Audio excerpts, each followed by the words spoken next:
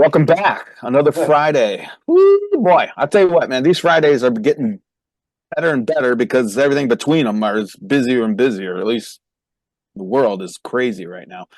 It is, what is it? October 18th? 18th, yeah. All right, October 18th.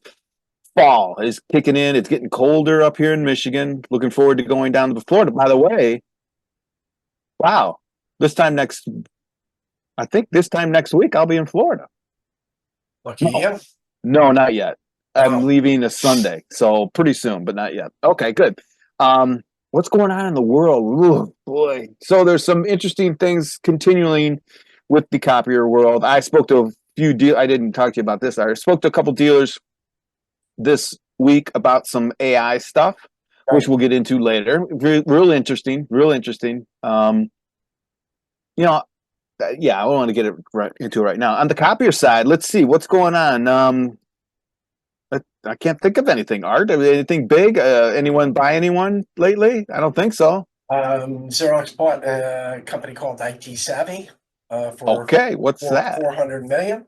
Jeez. I guess it's their move into offering managed services and trying Hmm. to separate. Well, I would like to say it's getting ready to separate themselves. Uh-huh. Yep. But we will still. I still believe the market is too big for players just at this point today to jump out and say we're done with A3 or A4. But the other thing that came was an article that was written in BTA. BTA's Oh, okay. Yeah. October issue, which I just got today, and it spoke about remarketers, and that the title was "Trouble is Brewing for Off-Lease MFPs." Oh. So the devices that can come The in re- off lease, the right? returns, that Yeah. the returns, right, and they were predicting in 5 to 7 years, there may not be a remarketing companies if changes aren't adapted, right? Wow. So, and it's all got to do with the low value of the A4s, right? Okay. What do they typically sell for? Anywhere from $1,500 to maybe $4,000, right? Maybe, yeah. If you get on the high end color, whatever that is nowadays. Okay, so Right, 4K. right. So the problem they're Yeah. experiencing is that they can't get rid of these devices. In the article, it went on to say that I think Hmm. 7 years ago they would recycle 5% of those MSPs, send them to Oh. recycling, and then recently they are. I'm just trying to skim the article real quick. Yeah, when you say Today, when you say recycle, I mean the, no, resell no, as no, no, used or no, just no, no. They go to oh, recycle. They get tear scrapped, apart and okay. and now it's at 25%, and they expect that to raise. Wait, it went from 5% to 25%? Correct. 25% of the Whoa. machines are getting scrapped for electronic recycling, which there's basically, that's an expense. That's an Yeah, expense that to, costs, yeah. right, right. So they're expecting within the next few years, 3 years, Hmm. that it's going to go to 50 to 60% of all those devices will be scrapped for electronic recycling. Now, Hmm. interesting, because one dealer I saw in this stated that 70% of their sales are A4s. Hmm. I find that uh, I hate to say it, but maybe they're not barking up the wrong tree for sales. I 70%, was that a regular, and it's a copier dealer that does sell Yeah, A3s as well? 70% is A4. So are you not going after the right clients, right? Are you are Wow. are you in a market that has basically no majors, no architects, engineers, or construction? I almost find it Hard to believe. hard to believe that 70, but they stated 70% are A4 devices. Well, I mean, is it 70% of their revenue, 70% of their sales, It said 70% of 70, their, it said, hold on. I mean, I hate to slice and dice, but, and then is it a big dealer, little dealer, north, south, east, west, That I don't know, hold on. Chinese? Um, so a dealer in Florida, 70% of placements Florida. are now A4s. Wow. Okay. All right. Again, I don't know where they are in Florida. But Florida is a pretty big marketplace, I would tend to think. So what does that mean, Yeah. Art? So, I mean, they get the devices back. The Everyone, remarketers get it back. right. All right. Well, I mean, the lease company, nobody, who's losing money on this?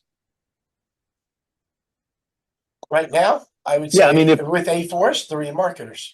so, the remarketers, and they're the ones who buy the devices that have come off lease at a As right. far as I think, I don't know how. the article goes on to state that it leads me to believe that the remarketers get a commission on it, I see. right? But the article also goes on to say if things aren't changed, a couple of the ideas that they came up with is encourage OEMs to take more responsibility for the end of life MFPs that have no value. Perhaps by way of using materials that are more valuable to recyclers. I don't see how that's possible. No way. Leasing companies may find it necessary to charge an additional fee amount determined by each company on the leases in order to pay remarketers a fixed fee rather than a commission. And this would be to cover the associated costs of recycling and ever increasing warehouse and labor costs. I think it's simple, right? I think it's more simple as the Probably leasing companies should say, all right, don't we're lease. not gonna offer FMV on A4s anymore. Well, yeah, It's a finance lease, it's a dollar purchase it's a option. dollar. It's Let's- like software. There's no Right. residual value. This way, there's no fees, there's no commissions. The remarketers don't have to deal with getting A4s back.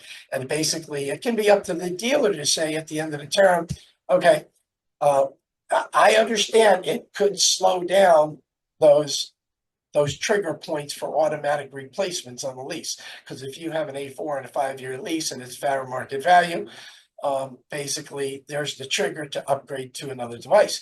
However, if the client owns it at the end of the term, Yeah. where's the trigger? But there's a lot of things you can do to still navigate that finance lease or dollar purchase end of lease. Mhm. You could have a higher escalation for A4s instead of on your maintenance agreements. Right. So you could, and at that point in time, when the lease ends, you can show the clients that they're going to save a lot more money at least their maintenance and service with it Interesting. with even having a finance lease. Right. So my thoughts is, all A4s, it's a dollar purchase at the end. And think about this other aspect of it. If it's a dollar purchase and the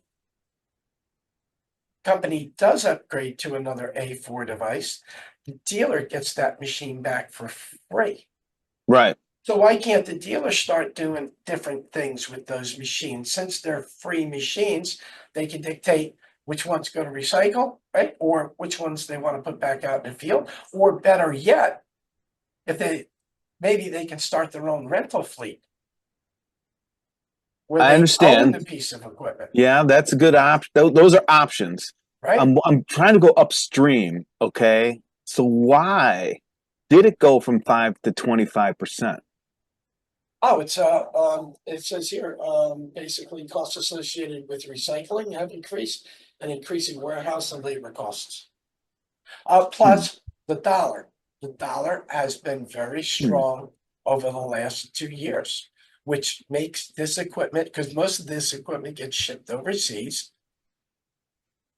There's no profit anymore because the dollar is so strong to the people who Those are are buying the contributing machines factors. Yeah. in China or Africa or India or wherever that location may be. Right. That has attributed to this, but this article doesn't mention that because I know that because I've spoken to remarketers basically that said because the dollar is so strong, That makes sense. we're not getting the money out of the machines. We're not getting the revenue that we used to.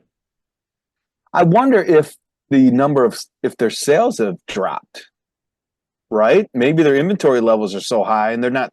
That's what I'm getting at. Are people not buying these remans or these off lease devices? I don't know. The A4s have never been popular Yeah. Okay. going back to the remans. Most times they are stuck with them. And you'll see things on LinkedIn where they've got 30 or 40 of them that Yeah. they're That's looking what I'm to thinking of. That's get rid exactly what I'm of. thinking of. Right. Warehouses full of those things, and I'm thinking, wow, that's a lot.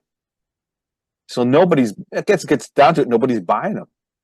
They're not selling as many as they used to, right? You think about the model with the manufacturers, right? And the manufacturers put quotas, and the dealers want to reach those quotas, Right. Right. where they want to reach that back end money, right? Where they get additional spiffs at the end of the year for reaching their quota, which I call it like it's like a cocaine addiction, right? Where Hmm. you want to do whatever you can to get those back end rebates. That's yeah. So you said I don't want these A4s, right? I don't even want my team reselling these No, A4s. I need to get these new placements so I can get my back end um, cocaine grab. I'm wondering if it has to do with. It's got to be on the demand side too, right? It's got to be fewer people wanting them in general, or are we just see It's that's I don't know. I don't know. I mean, are we just selling more new A4s in replacement of, or is it so just people are people just not buying A4s? So I I've don't know. always no, people are buying A4s. I've always had the statement that if you're not selling A4s, your competitor is. It's still a price conscious market, and who in their right mind would sell somebody an A3 machine when they don't need A3, and the price is going to be $15 to $2,000 less, and especially if you're talking about a fleet of machines, 20 to 30 machines, Yeah, right? And yeah. if you want to win that business, you're going to be the first one to point out you don't do 1117. Why be interested in an 1117 device? Get these A4s, Hmm. right? Yeah. They're going to save. Said it a million times. I Right. mean, sold a gajillion of them on that argument alone. It's all. I mean, what is this? Back in 2006, seven. I did a when I had when I had MPS fleets. Do Right. the analysis on 11 by 17 versus 8.5 by 11 output. Right. The whole fleet, all customers. I mean, we're talking. It was big back then. It's not big now. 8,000 devices. Less than 1% was 11 by 17 output. That was less than 1%, Oh and you yeah. could monitor it. So, Oh yeah. but 90% of the fleet was 11 by 17 capable. So that was Right. the old oversell model back in the day. Correct.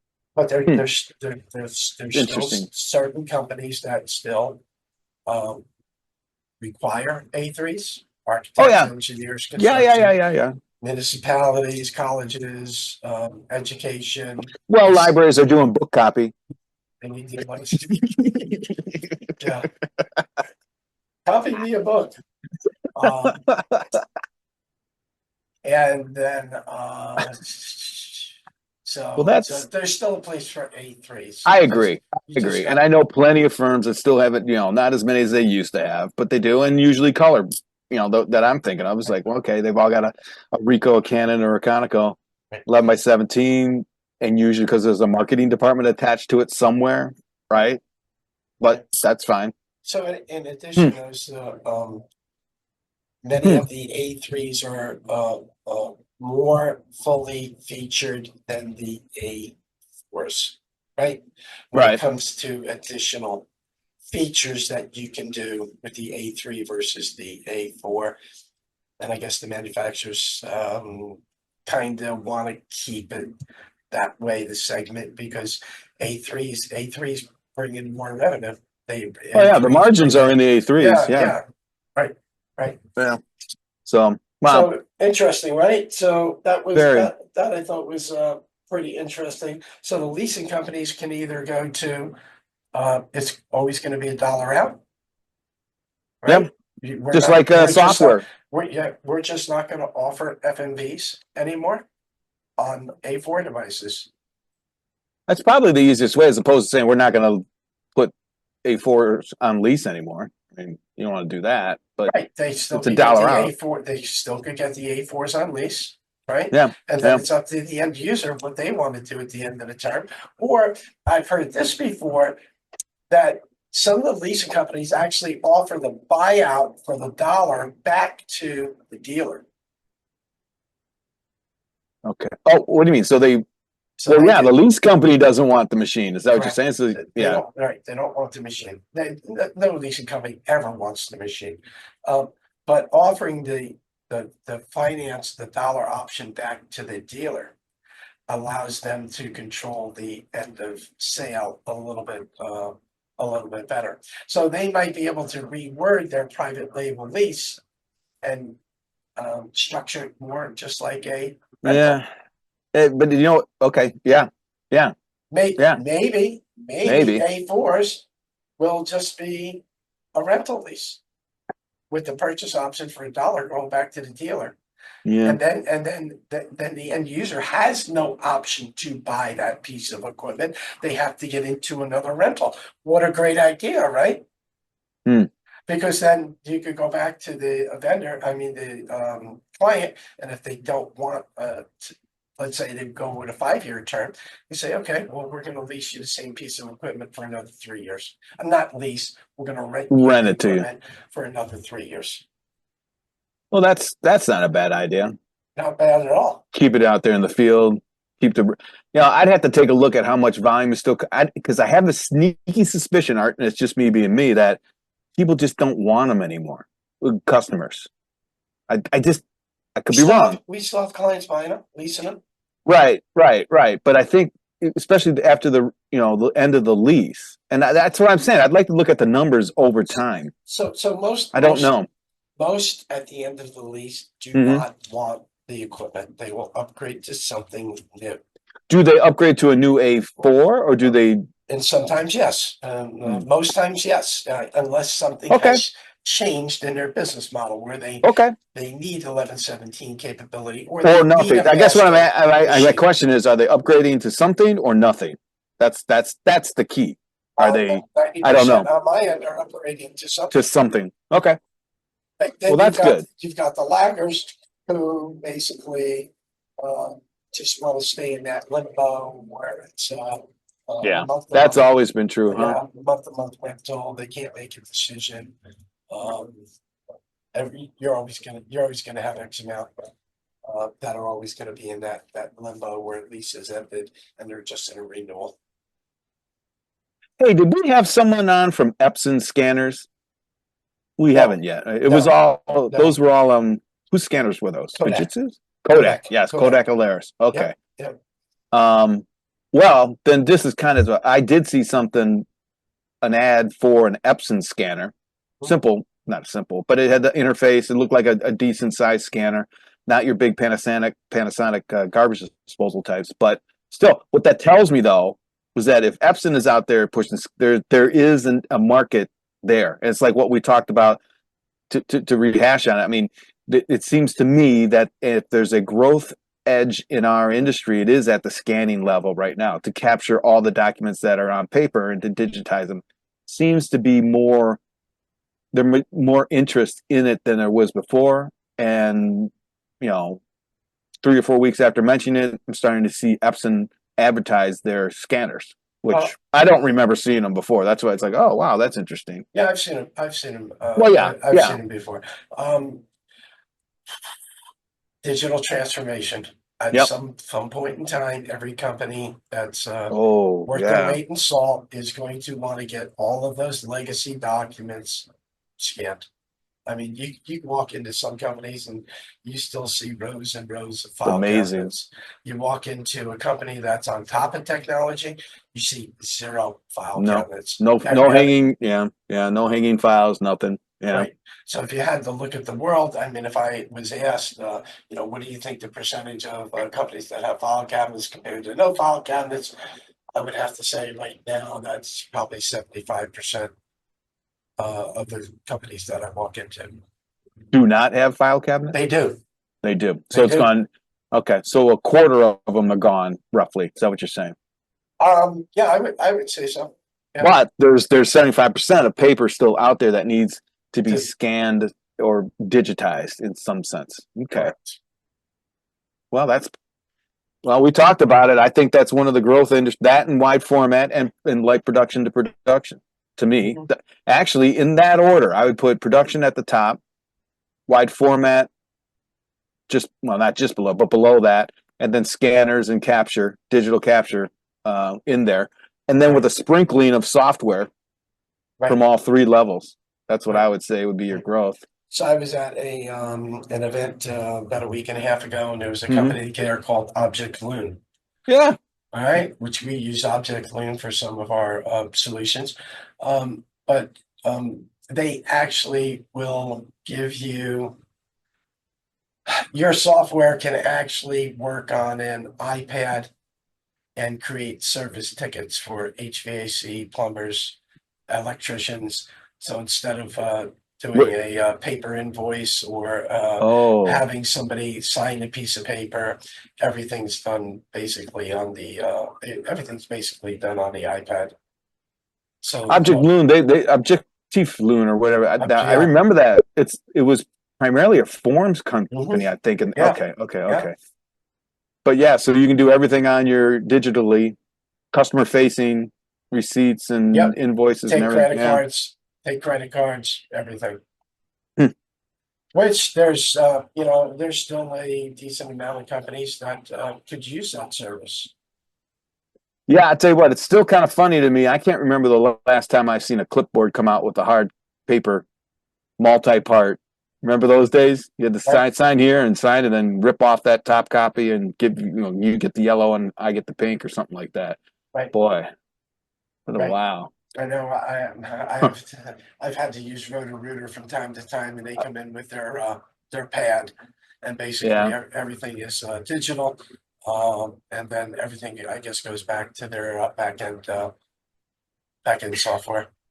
Yeah, we were doing that a long time ago, but it was a little, was kludgy at the customer experience, but the back end was a nightmare. I mean, it was a technological challenge. Let me put it to you that way, Right. right? Yeah. And because if you think about it, you're dealing with back then cell coverage. There were even the times when you have this. It wasn't a tablet, but you had a device that you had your customers sign, and then you uploaded it when you came back into the office. Right? There was no Right. Wi-Fi Right. or cell digital whatever. But it was it was a digital capture of the device, and then they even had some that would print. Remember, they would print the invoice or a receipt right there. Correct. Like on a Yeah, thermal thermal printer. printer. Yes. Yes. Yeah. Yeah. So So wow. that's interesting. While I was at this event, Yep. there's other companies with different types of solutions. There was even one guy there with a mail scan the mail solution, which I thought was pretty unique. Scan to email. No, mail coming Tell in me about that. is scan. I don't know enough about it right now to tell you Make it about it. up. So what's the juxt of it? They scan into the USPS, the unit, the postal service, or The physical mail comes in. One person oh. scans it all, and then basically those people get emails Right. as to what they would like to do with that document. Okay. But I missed the part about I missed the part about I'm guessing they have to open the envelope. I missed the part about opening the envelope. Yeah, you got to have to someone there. The envelopes are going to, but just feed it into the scanner and off it Right, goes. but I thought it was pretty unique, and I thought it might have some play because everybody still opens the mail. So it's a question of especially in SMB accounts. I'm sure in Yep. bigger accounts SMB. Yep. they have some workflows already mandated. But in SMBs, it could be a good feature for you too. So sometimes it's more about um, you lead, you don't lead with your copy machine, you lead with some other solution Yeah. to get that client interested. Yeah, Right? absolutely. Well, yes, I agree, and I'm probably leaning too far on that side, right? It's what the impact of the relationship, not the impact of putting a big machine, a big box in your office. It's the relationship between you and them. Everything from here's a new solution about hard, USPS mail, to here I know a buddy who, services fleets of vans, and you guys need service there. Why don't I connect you two together? So there's something like that. That's the way I've always looked at these things. You're building a relationship with your customers, and you want to cater to what their overall business needs are. You're going to find a way to fit in. That to me was always, you're going to find a way to fit into their business workflow. Um, so be open to solving all their problems, not just what your box can do. You Right. know, that that's kind of a pie in the sky thing. I understand, right? At the end of the what is it? The beginning of the month we sell solutions. At the end of the month we sell boxes. And as tough as that sounds, that's basically what happens. You still have a quota to hit. So, but anyway, I don't know how I went off there. I had a conversation with someone earlier this week, or was it today? I don't remember. It's not. Oh, DocuWare, right? Do you do DocuWare art? We do DocuWare. Okay, okay. Doesn't mean Yeah, that's right. doesn't mean I do DocuWare, but I'm familiar with it.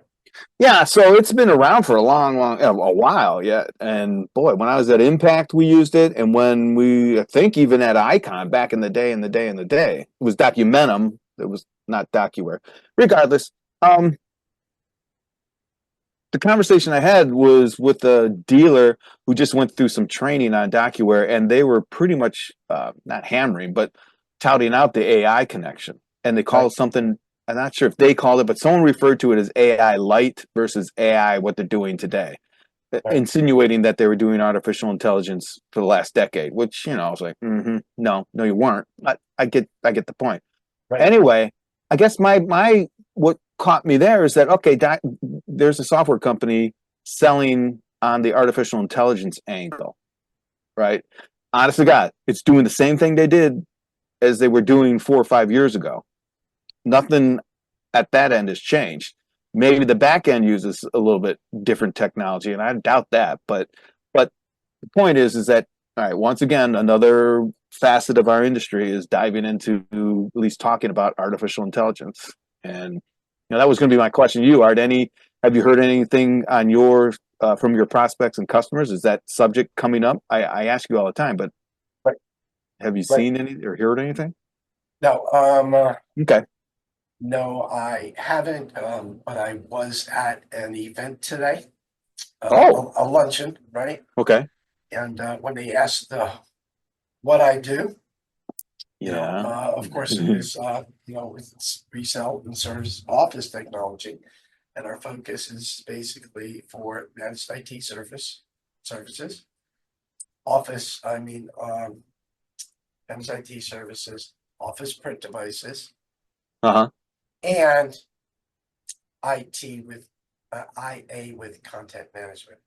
Oh, okay. Yeah. And how did that respond? I mean, yeah, how's that going? Right over their heads? A couple people that went right over. I did get into a short conversation with a real estate person that states that she uses AI, especially Chat GBT, every Mm-hmm. day. Every day. Every Okay. day. Interesting. Well, my conversation with another dealer, and I think someone we spoke with last week or something, but regardless, um, is they're using Chat GPT. This is a salesperson. All right. He's designed and already is designing effectively it's a CRM, which something he could never even, he's not a programmer, just like you and me, right? We're not programmers. He's got time on his hand, obviously. Correct. But what did it for him, listen to this, what he did. He took a picture of his kid's 5-year-old toys on the ground, right? Yeah. Toys out of the toy chest. And it was ChatGPT said, hey, listen, create a story for my 5-year-old based on this picture of the Okay. toys. Right. And he had the speech capabilities, and it took off. And the 5-year-old loved it. And then they started talking to the Chat GPT while the story was going on. So the story was created and then customized for his 5-year-old son in real time, based on a picture he took. Okay. So this happened months ago.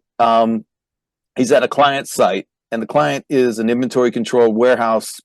You know, they manage inventory for other companies, right? And they Right. were moving to a bigger installation. And the manager, the owner, whomever was in charge of scheduling the move. So you can imagine all the stuff that's on these shelves. Got to take them down, put them in the right order, take it to another location, put them up on a whole new shelving system. So it's a massive thing. And the rep goes, well, why don't you just take a picture of it and then ask ChatGPT how you should manage the move? He did it. And this guy's been doing it for a couple of weeks, right? He's trying to figure out how to do this. And the GPT figured it out for him. The schedule, the organization, Right. everything. In like 15 minutes, he was done with at least the planning session, right? Which is half the battle. Right. And that was all because he used it to have a chat create a bedtime story based on a picture. Now he's just going out and using the pictures for anything and everything in a business setting. Did have a but that's one thing. He's created it to where he can scan in business cards, and it goes into this Chat GPT, his GPT that he's created, and then he create the sales guy, all right, not a techie. Right. Created a link out to Salesforce because their dealership uses Salesforce and things Okay. like that. So, but the two parts of that thing. First, he's a sales dude, doesn't like programming. He was able to convert what his Chat GPT sessions into Python, which is Right. some programming language, right? And then once you do that, all these, I guess, again, not my expertise, but APIs and other software packages can talk to each other now because of what he did. So on his own, in an evening, he's scaled up the system where it saves him at least hours a day now, hours just on that kind of crap. And I believe it. I know it's I believe like, it. Hey, I'm trying to win this. I think we spoke a little about this last time, or I think when we had a non-recorded meeting. I'm working on this larger, wide format opportunity. And I'm looking for all different ways on, it's still out there. Yep. It's probably All right. 50-50 shot if we're going to get it. But I'm thinking about what else can I do to help put us in a better light than the other vendors, because there's three other vendors available. Yeah. And I said, okay, well, you know what? I got Chat GPT, put in all the equipment, all the locations. Then I said, give me a scope of work for installations and training. Oh, Greg, it would have taken me almost 4 to 5 hours to do that.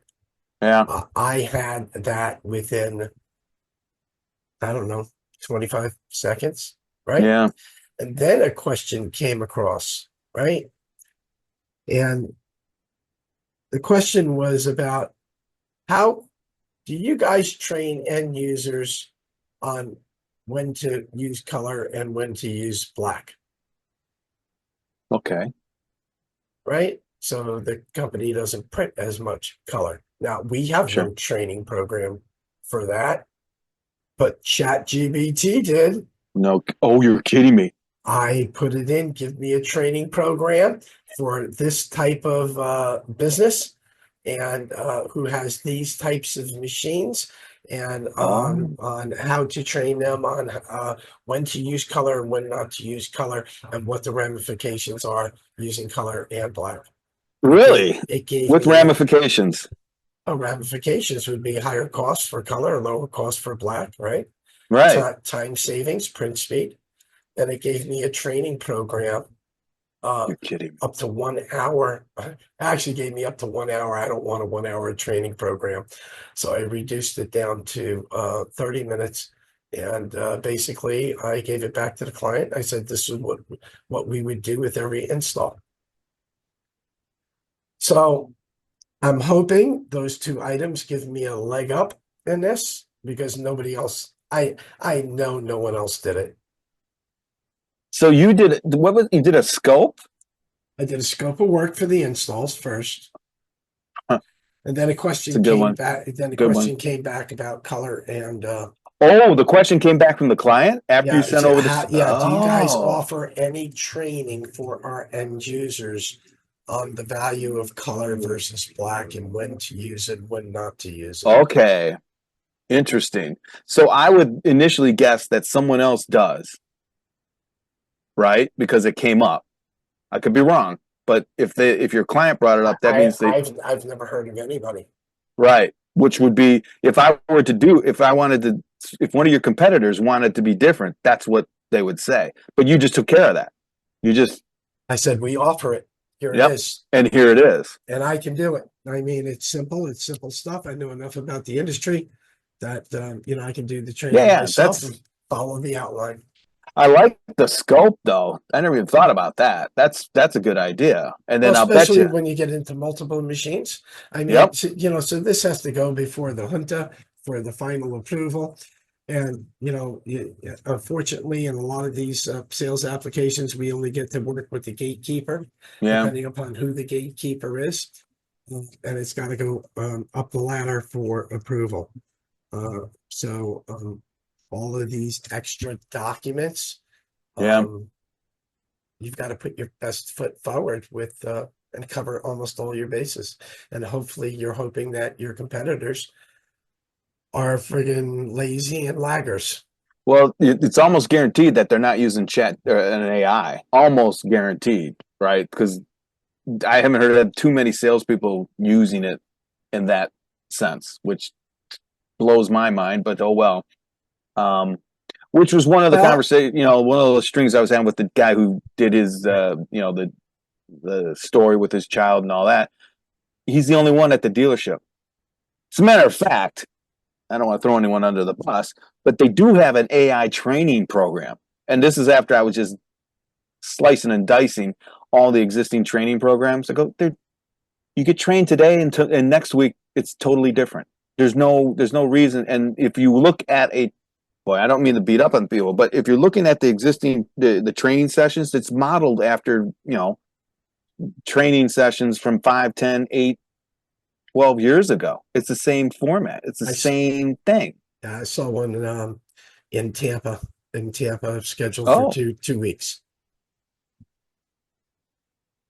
Hmm.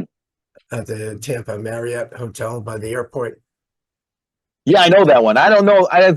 That's the one I would hope would be different, but I don't know. I don't think you need. I don't think you need You don't. an I entire hate day this. on site. You don't need an entire day. You don't need a 3-day boot camp. You don't need 101 prompts. You don't need any of that, right? Because it's easy. Right. And shouldn't it be easier for younger people, right? Oh my gosh, don't even talk about it. Absolutely. Right? Since they're already in that world. I mean, look at us. I mean, we're two fucking elderly people who have figured it out. It's not the age, it's the mileage.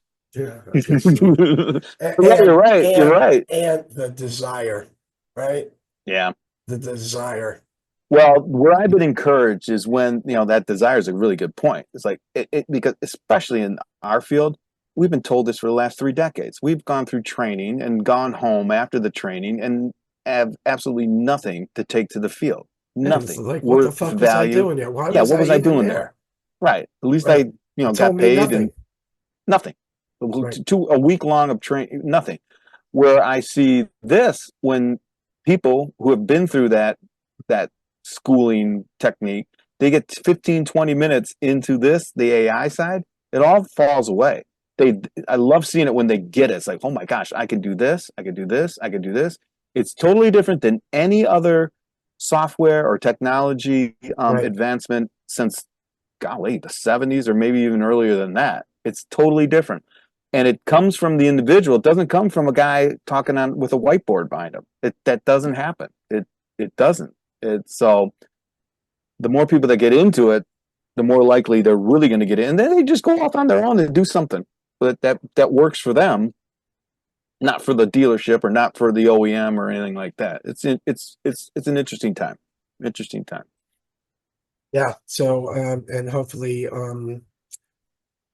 if you, we're going to be able to help out people to, Well, you know what? Yeah, let's talk about that, but in a general sense. But yeah, lots happened in the.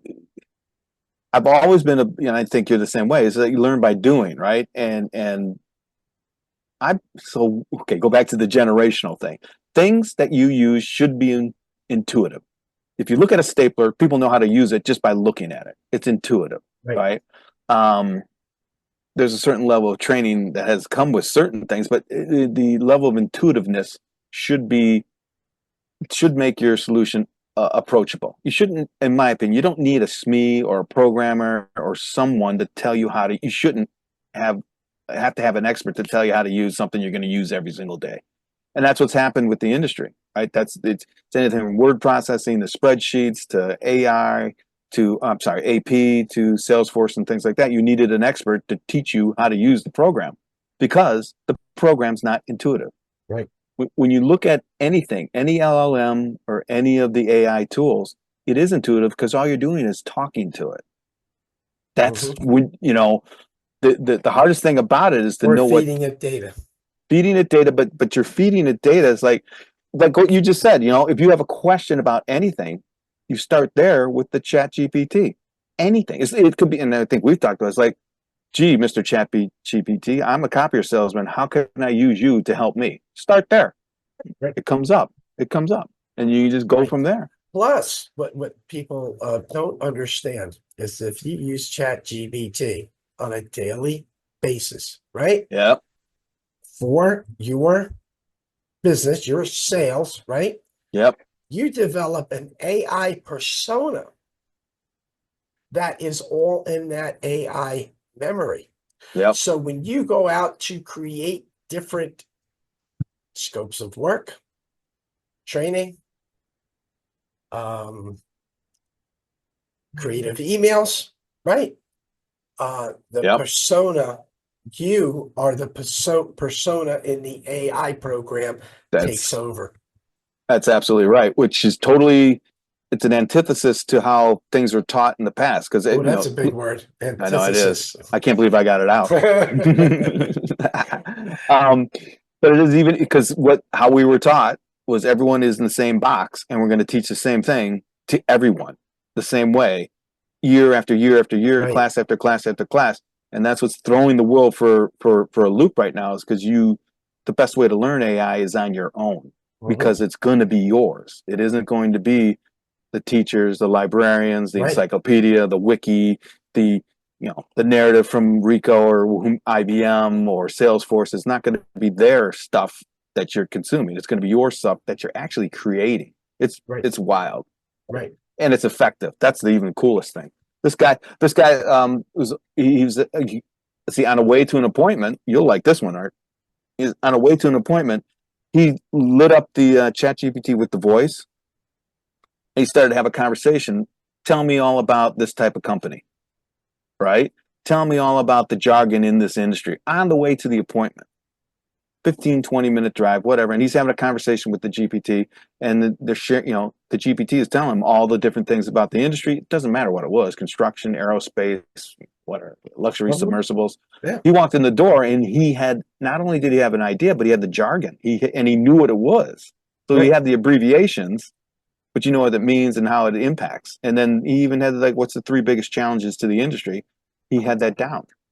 That he didn't have 45 minutes before the appointment. So, I mean, that alone. And doing that on drive time is... On drive time. Right. That's usually lost time, right? Yeah. Yeah, that's when you put in the, what is it, with the tapes, with the how to win friends and influence people tape and listen to the same thing over and over and over again. That's Right. great. But so that was cool. And he did that all on his own, right? No class. Yep. So, but I think what you and I are talking about is perfect, right? We're end users, and the goal here is just to share information that people can take back to their cubicle or wherever and use that day, that 15 minutes right after they get done talking to us. That's what I like. I like that. Right. Right. So you know, it goes back to that AI and the salespeople, and that I'll probably put a pause in this recording on this part. Right. Now I'll have to find it and then go back to it. So Greg and I are actually working on some ideas. Where if you're the salesperson, or whether you're a sales manager, whether you're a VP of sales, we believe that we're going to have some seminars, or not seminars, basically virtual chats. You just get on with us, That's pretty much it. Yeah. right? And we're going to show you, not teach you. We're going to show you how we use chat GBT, right? And we recently did one of these that went over big time. It went over pretty well. Greg was doing the narrating, and all these different nuances about AI and chat GBT. And then on the opposite end, I was inputting data into ChatGPT to give me side-by-side comparisons for these three devices. Tell me what other things I can use for developing proposals, right? Right. Yeah. And it was free flow too, which is that. So to expand on that, we didn't have an quote unquote an agenda. There's no syllabus, right. There's no outline, there's no bullet points, there's no slideshow. It's a conversation. It really is a conversation, because that is the best way to learn it. That's correct. All right. It's like but we've done it, and it has impacted what we do every single day. And honestly, Art, if you think about it, anytime we've talked to someone about it and they end up using it, it's impacted it. That's right. It has at least saved hours of time for stuff. Hours. And yes. And not necessarily what we told them. That's what I'd like about it. It's like, we'll give them, hey, this is easy. Right. This is how we did it. Right. Oh. And then in 45 minutes, they're off doing something totally that we didn't, I used to go, well, I could think about this. Yeah. Right. So yeah, it's we had a couple of responses actually right after the show that we did, or the training or seminar, whatever you want to call it. Yeah, I don't know what we call it. Conversation. That what we made available to them was fantastic. Mm-hmm. So, you're talking about from two guys who've sat in probably thousands of classes or thousands of hours of classes, right? And shoot me in the head. Okay, not literally, but it's like, what did I? And we talked about earlier. What did I just go through? I have no value whatsoever that my clients or prospects are going to take away. And it's not going to save any time. Actually, if you think about all those training sessions, it just added more time, more admin time than sales time. This stuff that we're talking about, and we're evangelists. We've seen it. It's worked for us, and we use it every day. Every day. And I'll tell you what, I keep thinking about it. It's interesting. I haven't thought about it until just now. You're right. Every time we've talked to someone about it, they've come away with something good. Yes. I should say it's black or white. Either they buy into it and they go, or they say, no, this isn't for me. I don't know it. I'm never going to do it. All right. Adios. Right. Yeah. And we've got a couple of gigs lined up shortly with two other groups. And we hope to roll something out on a weekly basis shortly. Other than our Ask Us Anything. Yeah, the Ask Us Anything is nice. But yeah, I think I'm looking forward to it. I don't think there's too much. You can't get into it too deep. But anyway, I've always liked doing stuff like this, Yeah, and it seems to be resonating with whoever we talk to. So yeah, cool, Art, absolutely. cool. Yeah. So I will be. Yeah, what do we got coming? I'm off to Tampa. Yeah, I will not be there. I Yep. think I might have told you that. Yep. I am off to Tampa from the 13th to the 15th. The 15th, I'll be flying home, so I don't think we'll be able to do a show. Yeah, Just I'm checking that out right for now. everybody. All right. Um, So and you go to Florida when? next Sunday, not this one coming up, the 27th. Of October. Yeah. Okay. I'll be settling in those next few days because fly down, but my stuff is being shipped. That's good. Yeah, but it's a day. There's days in between where I won't have full access to all my stuff. Yeah, I'll but have you don't have to lug your crap through the airport, man. Oh no, yeah, Right? I'm traveling light. Right. Yeah, Right. yeah, a couple pair of underwear, a laptop, and a phone. You got your bag, and away you go. That's the best way to travel. Yeah, So we're at the witching hour. We are yeah. at 4:56. We usually do these shows for about an hour. We'd like to thank everybody. If you're watching this as of course, you're going to watch it as a post recording. Hey, get that post recording, right? Mm-hmm. I get it. But please share, like, follow us, and keep in mind that we're always looking for guests on our show. So you can contact either Greg or myself on LinkedIn. And we also want to thank everybody for all the questions they give us, Yeah. and all the comments that they give to us. And we will see you next Friday at 4 p.m. Excellent, Art. Thank you. Cheers.